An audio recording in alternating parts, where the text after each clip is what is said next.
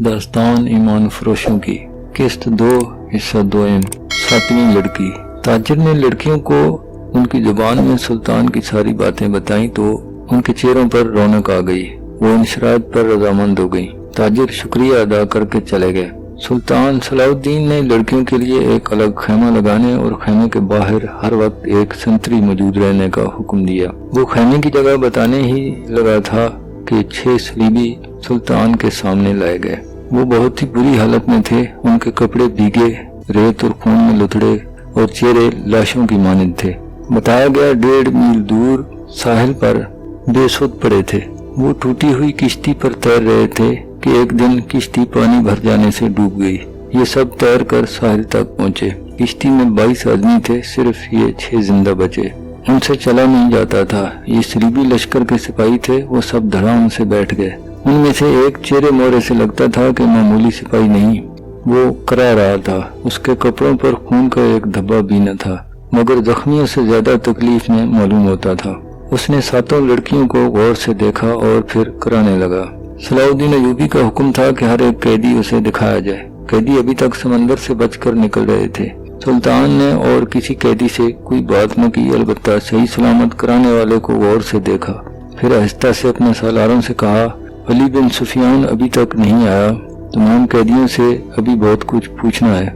उसने उस कैदी की तरफ देखकर कहा, यह आदमी कमानदार मालूम होता है, इसे नजर में रखना और जब कभी अली आए तो उसे कहना कि इससे तफसीली पूछगछ करे। मालूम होता है इसे अंदर की चोटें आई हैं, शायद पसलियां टूटी हुई हैं। इन्हें फौरन जख्मी कैदियों के खैमे में पहुंचा दो। इन्हें खिलाओ और मरहम पट्टी करो। कैदियों को जख्मी कैदियों के खैमों की तरफ ले गए। लड़कियां उन्हें जाता देखती रहीं। फिर उन लड़कियों को भी ले गए। फौज के खैमों से थोड़ी दूर लड़कियों के लिए खैमा नस्ब किया जा रहा था। वहां से कोई 100 कदम दूर जख्मी कैदियों के खैमे थे। वहां भी एक खैमा गढ़ा जा रहा था और 6 नए जख्मी कैदी जमीन पर लेटे हुए थे। लड़कियां उनकी तरफ देख रही थीं। दोनों खैमे खड़े हो गए। लड़कियां अपने खैमे में चली गईं और जख्मियों को उनके खैमे में ले जाया गया। एक संतरी लड़कियों के खैमे के बाहर खड़ा हो गया। खाने के बाद एक लड़की बाहर निकलकर उस खैमे की तरफ देखने लगी जिसमें नए 6 जख्मी कैदी थे। उसके चेहरे पर अब घबराहट और खौफ का कोई तासुर नहीं था। संतरी ने उसकी तरफ देखा तो लड़की ने मुस्कुराकर इशारे से बताया कि वो जख्मियों के खैमे की तरफ जाना चाहती है। संतरी ने नफी में सर हिलाकर उसे रोक दिया। लड़कियों को खैमे से दूर जाने या किसी से मिलने की इजाजत नहीं थी। लड़कियों और 6 जख्मियों के खैमों के दरमियान बहुत से दरख्त थे। बाईं तरफ मिट्टी का एक टीला था जिस पर झाड़ियां थीं। सूरज गुरूब हुआ, रात तारीक होने लगी तो कैंप के गुल गुब्बारे पर नींद वाले बाने लगी तो रात के सुकूत में जख्मियों के कराने की आवाजें साफ सुनाई दे रही थी। कैंप में जागने वालों में चंद एक संतरी थे या वो जख्मी कैदी जो जख्मों की तकलीफ के बायस सो न पाए थे, या फिर सलाउद्दीन के खैमे के अंदर दिन का समा था, वहाँ किसी को नींद न आई थी। सुल्तान अयूबी के 3 सालार उसके पास बैठे थे और बाहर मुहाफिज दस्ता बेदार था। सुल्तान ने एक बार फिर अली अभी तक नहीं आया कहा। उसके लहजे में तशवीश थी। उसका कासिद भी नहीं आया। एक सालार ने कहा, अगर कोई गड़बड़ होती तो इतला आ चुकी होती, मालूम होता है वहाँ सब ठीक है। सुल्तान ने कहा, उम्मीद तो यही रखनी चाहिए, लेकिन 50,000 के लश्कर ने बगावत कर दी तो संभालना मुश्किल हो जाएगा। वहाँ नफरी 1,500 सवार और 2,700 प्यादा हैं। उनके मुकाबले में सूडानी बेहतर और तजर्बाकार अस्करी हैं और तादाद में बहुत ज्यादा। एक और सालार ने कहा, नाजी और उसके साथी टोले के खात्मे के बाद बगावत मुमकिन नजर नहीं आती। क़यादत के बगैर सिपाही बगावत नहीं करेंगे। सुल्तान ने कहा, पेशबंदी जरूरी है, लेकिन अली आ जाए तो पता चले कि पेशबंदी किस किस्म की जाए। सलीबियों को रोकने के लिए तो सुल्तान अयूबी खुद आया था, लेकिन दारुल हुकूमत में सूडानी फौज की बगावत के खतरे से निपटने के लिए अली को छोड़ आया था ताकि वो सूडानी लश्कर पर नजर रखे और बगावत को अपने खुसूसी फन से दबाने की कोशिश करे। उसे अब तक आकर सलाउद्दीन को अहवाल बताना था, मगर वो नहीं आया था, जिस वजह से सुल्तान बेचैन था। जब सुल्तान अपने सालारों के साथ काहिरा की सूरत हाल पर बात कर रहा था, सारा कैंप सो चुका था, मगर वो 7 लड़कियां जाग रही थीं, जिन्हें सुल्तान ने पनाह में लिया था। एक बार संतरी ने खैमे का पर्दा उठाकर देखा, अंदर दिया जल रहा था। पर्दा हटते ही लड़कियां खराटे लेने लगी। संतरी ने देखा 7 सो रही हैं तो वो पर्दा गिराकर खैमे के साथ लगकर बैठ गया। खैमे के पर्दे के साइड वाली लड़की ने नीचे से पर्दा जरा उठाकर देखा और फिर साथ वाली लड़की के कान में कहा कि बैठ गया है। ایک لڑکی جو خیمے کے دوسرے دروازے کے ساتھ تھی آہستہ سے اٹھی، کمبل ایسے کیا جیسے کمبل میں نیچے لڑکی ابھی لیٹی ہوئی ہو، اور پھر سرکتی خیمے سے باہر نکل گئی۔ باقی 6 لڑکیوں نے آہستہ آہستہ خراٹے لینے شروع کر دیے۔ سنتری کو یہی معلوم تھا کہ یہ سمندر سے بچ کر نکلی پناہ گزین لڑکیاں ہیں، کوئی خطرناک قیدی تو نہیں، لہذا وہ بیٹھا اونگتا رہا۔ لڑکی دبے پاؤں ایسے رخ پر ٹیلے کی طرف چلتی گئی کہ اس کے اور سنتری کے درمیان خیمہ حائل رہا۔ ٹیلے کے پاس پہنچ کر اس نے 6 زخمی قیدیوں والے خیمے کا رخ کیا۔ رات تاریک تھی، وہاں کچھ درخت تھے، سنتری اب ادھر دیکھتا بھی تو اسے لڑکی نظر نہ آتی۔ لڑکی بیٹھ کر ریت کی ڈھیریوں کی اوٹ میں سرکتی خیمے کے قریب پہنچ گئی، مگر وہاں ایک سنتری ٹہل رہا تھا۔ لڑکی ایک ڈھیری کے پاس لیٹ گئی، سنتری اسے سیاہ سائے کی طرح نظر آ رہا تھا۔ وہ 2 سنتریوں کے درمیان تھی، ایک اس کے اپنے خیمے کا اور دوسرا زخمیوں کے خیمے کا۔ اسے ڈر تھا کہ زخمیوں والا سنتری اس کی طرف آ گیا تو وہ پکڑی جائے گی۔ بہت دیر انتظار کے بعد سنتری دوسرے زخمیوں کی طرف چلا گیا۔ لڑکی گھٹنوں کے بل چلتی خیمے کے اندر چلی گئی۔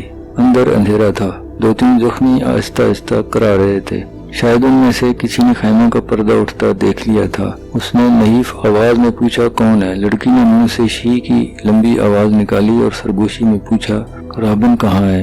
جواب ملا ادھر سے تیسرا۔ لڑکی نے تیسرے آدمی کے پاؤں ہلائے تو آواز آئی کون؟ لڑکی نے جواب دیا موبی۔ رابن اٹھ بیٹھا، لڑکی کو پکڑ کر اپنے بستر میں لٹا کر اوپر کمبل ڈال دیا، بولا سنتری نہ آ جائے، میرے ساتھ لگی رہو۔ میں اس اتفاق پر حیران ہوں کہ ہماری ملاقات ہو گئی۔ یہ ایک معجزہ ہے جس سے ظاہر ہوتا ہے کہ خدائے یسوع مسیح کو ہماری کامیابی منظور ہے۔ ہم نے بہت بری شکست کھائی ہے، لیکن یہ سب دھوکہ تھا۔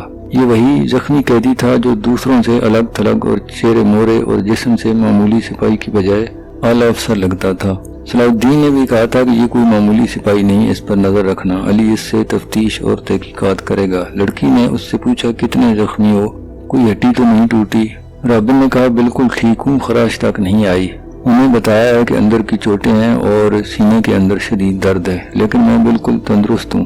لڑکی نے کہا پھر یہاں کیوں آ گئے؟ میں نے بہت کوشش کی کہ مصر میں داخل ہو جاؤں اور سودانی لشکر تک پہنچ سکوں، لیکن ہر طرف اسلامی فوج پھیلی ہوئی ہے، کوئی راستہ نہیں ملا۔ ان 5 زخمیوں کو اکٹھا کیا اور ان کے ساتھ زخمی بن کر یہاں آ گیا۔ اب فرار کی کوشش کروں گا جو ابھی ممکن نظر نہیں آتی۔ اس نے ذرا غصے سے کہا مجھے 2 سوالوں کا جواب دو۔ ایوبی کو میں نے زندہ دیکھا ہے، کیوں؟ کیا تیر ختم ہو گئے تھے یا وہ حرام خور بزدل ہو گئے ہیں؟ اور دوسرا یہ کہ تم ساتھ کی ساتھ لڑکیاں مسلمانوں کی قید میں کیوں آ گئیں؟ کیا وہ 5 مر گئے ہیں یا بھاگ گئے؟ ایوبی نے کہا رابن وہ زندہ ہیں۔ تم کہتے ہو کہ خدا یسوع مسیح کو ہماری کامیابی منظور ہے، لیکن میں کہتی ہوں کہ ہمارا خدا ہمیں کسی گناہ کی سزا دے رہا ہے۔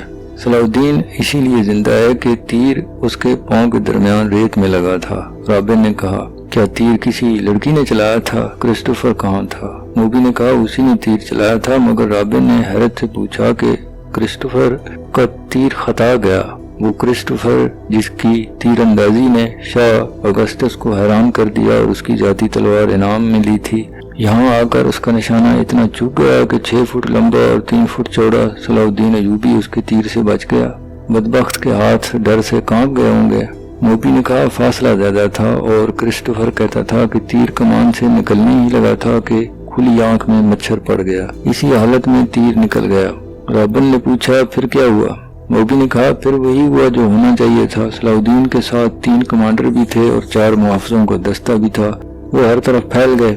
یہ تو ہماری خوش قسمتی تھی کہ علاقہ چٹانی تھا، کرسٹوفر بچ کے نکل آیا اور پھر ہمیں اتنا وقت مل گیا کہ ترکش اور کمان ریت میں دبا کر اوپر اونٹ بٹھا دیا۔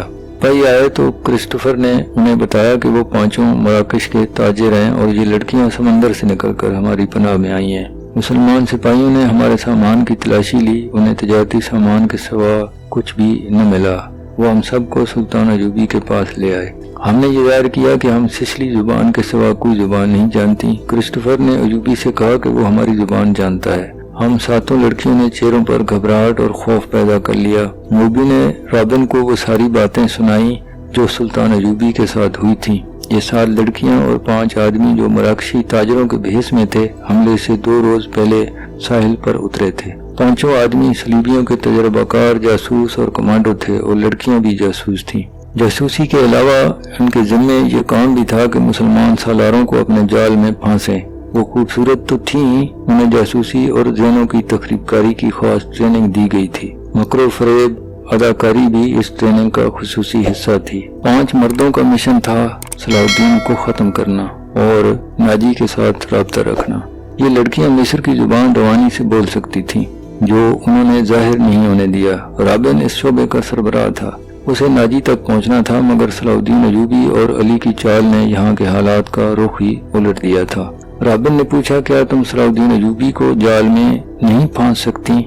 मोबी ने कहा, अभी तो जहाँ पहली रात है, उसने हमारे मुतालिक जो फैसला दिया है, अगर वो सच्चे दिल से दिया है तो मतलब है कि वो कोई आम मर्द नहीं, चट्टान है। अगर उसे हम में कोई दिलचस्पी होती तो किसी एक को तो अपने खेमे में बुलाता। उसे कत्ल करना भी आसान नहीं। वो एक ही बार साहिल पर आया था, मगर तीर खता गया। वो सलारों और मुहाफिजों के नरगे में रहता है। इधर एक संतरी हमारे सर पर खड़ा है और मुहाफिजों के पूरे दस्ते ने सलाउद्दीन के खेमे को घेर रखा है। राबिन ने पूछा, वो पांचों कहाँ हैं? मोबी ने कहा, थोड़ी दूर है, वो भी यहीं रहेंगे। राबिन ने कहा, मोबी, इस शिकस्त ने मुझे पागल कर दिया है। मेरे ज़मीर पर इतना बोझ आ पड़ा है जैसे इस शिकस्त की जिम्मेदारी मुझ पर आयद होती है। सलीब पर हाथ रखकर हलफ तो सबसे लिया गया है, लेकिन एक सिपाही के हलफ में और मेरे हलफ में ज़मीन आसमान का फ़र्क है। मेरे रुतबे को सामने रखो, मेरे फ़राइज़ को देखो। आधी जंग मुझे ज़मीन के नीचे और पीठ के पीछे से वार करके जीतनी थी, मगर मैं और तुम 7 और वो 5 अपना फर्ज अदा नहीं कर सके। मुझसे ये सलीब जवाब मांग रही है। उसने गले में लटकी सलीब हाथ में लेकर कहा, मैं इसे अपने सीने से जुदा नहीं कर सकता। उसने मोबी की सलीब हाथ में लेकर कहा, तुम अपने माँ बाप को धोखा दे सकती हो, इस सलीब से आंखें नहीं चुरा सकती। इसने जो फर्ज तुम्हें सौंपा है वो पूरा करो। खुदा ने तुम्हें जो हुस्न दिया है वो चट्टानों को फाड़ कर तुम्हें रास्ता दे देगा। मैं तुम्हें फिर कहता हूँ कि हमारी अचानक और गैर मुतवक्को मुलाकात इस बात का सबूत है कि हम कामयाब होंगे। हमारे लश्कर बहर रूम के उस पार इकट्ठे हो रहे हैं। जो मर गए सो मर गए, जो जिंदा हैं वो जानते हैं कि ये शिकस्त नहीं, धोखा था। तुम अपने खेमे में वापस जाओ और उन लड़कियों से कहो कि खेमे में न पड़ी रहें, बार बार सलाउद्दीन से मिलें, उसके सालारों से मिलें, बेतकल्लुफी पैदा करें, मुसलमान होने का झांसा दें। आगे वो जानती हैं कि उन्हें क्या करना है। मोदी ने कहा, सबसे पहले तो ये मालूम करना है कि ये हुआ क्या है। क्या सूडानियों ने हमें धोखा दिया है? राबिन ने कहा, मैं यकीन के साथ कुछ नहीं कह सकता। मैंने हमले से बहुत पहले मिस्र में फैलाए अपने जासूसों से जो मालूमात हासिल की थी वो ये हैं कि सलाउद्दीन को सूडानियों के 50,000 मुहाफिज लश्कर पर भरोसा नहीं। हालांकि ये मुसलमानों के वाली मिस्र की अपनी फौज है। अयूबी ने आकर मिस्री फौज तैयार कर ली है। सूडानी इसमें शामिल नहीं होना चाहते। उनके कमांडर नाजी ने हमसे मदद तलब की थी। हमने उसका खत देखा था और मैंने तस्दीक की थी कि यह खत नाजी का ही है और इसमें कोई धोखा नहीं। मगर हमारे साथ तारीख का सबसे बड़ा धोखा हुआ है। मुझे ये मालूम करना है कि ये कैसे हुआ, किसने किया। मैं ये छानबीन किए बगैर वापस नहीं जा सकता। शाह अगस्टस ने बड़े फख्र से कहा था कि मैं मुसलमानों के घरों के अंदर के भेद मालूम करके उनकी बुनियादें हिला दूंगा। अब तसव्वुर करो मोबी, शहंशाह के दिल पर क्या गुजर रही होगी। वो मुझे सजा मौत से कम क्या सजा देगा। सलीब का कहर मुझ पर अलग नाजिल होगा। मोबी ने कहा, मैं सब जानती हूँ, जज्बाती बातें न करो, अमल की बात करो। मुझे बताओ मैं क्या करूँ। राबिन के आसाब पर अपना फर्ज और शिकस्त का एहसास इस कदर गालिब था कि मोबी जैसी दिलकश लड़की, जिसके एक एक नक्श और अंग अंग में शराब का तिलिस्म भरा था, उसके सीने से लगी है। राबिन का चेहरा उसके बालों में छुपा है, मगर राबिन को उसके लम्स तक का एहसास नहीं था। कहने लगा, मोबी, तुम्हारे ये बाल ऐसी मजबूत जंजीरें हैं जो सलाउद्दीन के गिर्द लिपट गईं तो वो तुम्हारा गुलाम हो जाएगा। लेकिन तुम्हारा सबसे पहला काम यह है कि क्रिस्टोफर और उसके साथियों से कहो वो ताजरों के भेस में नाजी के पास पहुंचे और मालूम करें कि उसके लश्कर ने बगावत क्यों नहीं की और ये राज फाश किस तरह हुआ कि इससे फायदा उठाकर सलाउद्दीन ने गिनती के चंद 100 के दस्ते घात में बिठाकर हमारी 3 अफवाज का बेड़ा गर्क कर दिया। वो ये भी मालूम करें कि नाजी सलाउद्दीन से ही तो नहीं मिल गया और कहीं नाजी ने तो वो खत हमारा ये अशर कराने के लिए ही तो नहीं लिखा था। अगर ऐसा ही हुआ तो हमें अपने जंगी मंसूबों में रद्द-बदल करना होगा। मुझे यकीन हो गया है कि मुसलमानों की तादाद कितनी ही थोड़ी क्यों न हो, इन्हें हम आसानी से शिकस्त नहीं दे सकते। जरूरी हो गया है कि इनके हुक्मरानों का और अस्करी क़यादत का जज्बा खत्म किया जाए। इसके लिए हमने तुम जैसी लड़कियां अरबों के हरमों में दाखिल कर दी हैं। मोबी ने उसे टोकते हुए कहा, तुमने बात फिर लंबी कर दी। हम अपने घर में बिस्तर पर नहीं लेटे कि मजे से एक दूसरे को कहानियां सुनाते रहें। हम दुश्मन के कैंप में कैद और पाबंद हैं। बाहर संतरी फिर रहे हैं, रात गुजरती जा रही है। लंबी बातों का वक्त नहीं, हमारा मिशन तबाह हो चुका। अब बताओ इन हालात में हमारा मिशन क्या होना चाहिए? हम 7 लड़कियां और 6 मर्द हैं, हम क्या करें? एक ये कि नाजी के पास जाएं और उसके धोखे की छानबीन करें। फिर किसे इतला दें? तुम कहाँ मिलोगे?